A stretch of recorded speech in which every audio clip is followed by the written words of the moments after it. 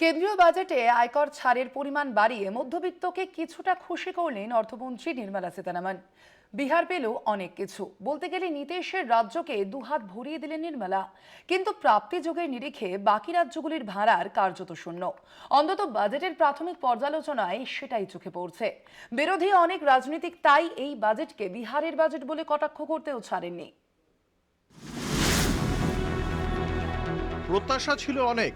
গত প্রায় ১.৫ বছর ধরে ফসলের ন্যূনতম সহায়ক মূল্য বা এমএসপি নিয়ে দেশে কৃষকদের আন্দোলন চলছে আমরণ অনশনও। সেই স্পর্শকাতর বিষয় নিয়ে একটি শব্দও শোনা গেল না অর্থমন্ত্রীর মুখে। তার বাজেট ভাষণ শুনে মনেই হলো না যে দেশে এই ইস্যুতে কোনো আন্দোলন চলছে। শুধু এই বাজেটে কিষাণ ক্রেডিট কার্ডের ঋণের পরিমাণ কিছুটা বাড়ানো হয়েছে এই পর্যন্ত।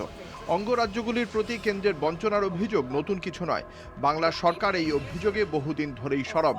আবাস যোজনা, কেন্দ্রীয় সড়ক যোজনা সহ কয়েকটি প্রকল্পে বাংলা সরকারের অন্তত ১.৫ লক্ষ কোটি টাকা পাওনা কেন্দ্রের কাছে। সেই বকেয়া নিয়েও কোনো কথা শোনা গেল না নির্মলার মুখে।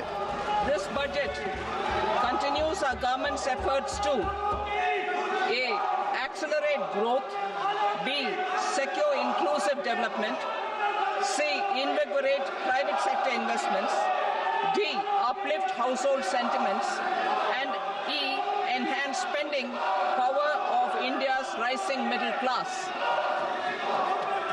Together, we embark on a journey to unlock our nation's tremendous potential for greater prosperity and global positioning under the leadership of Honorable Prime Minister Shri Narendra Modi.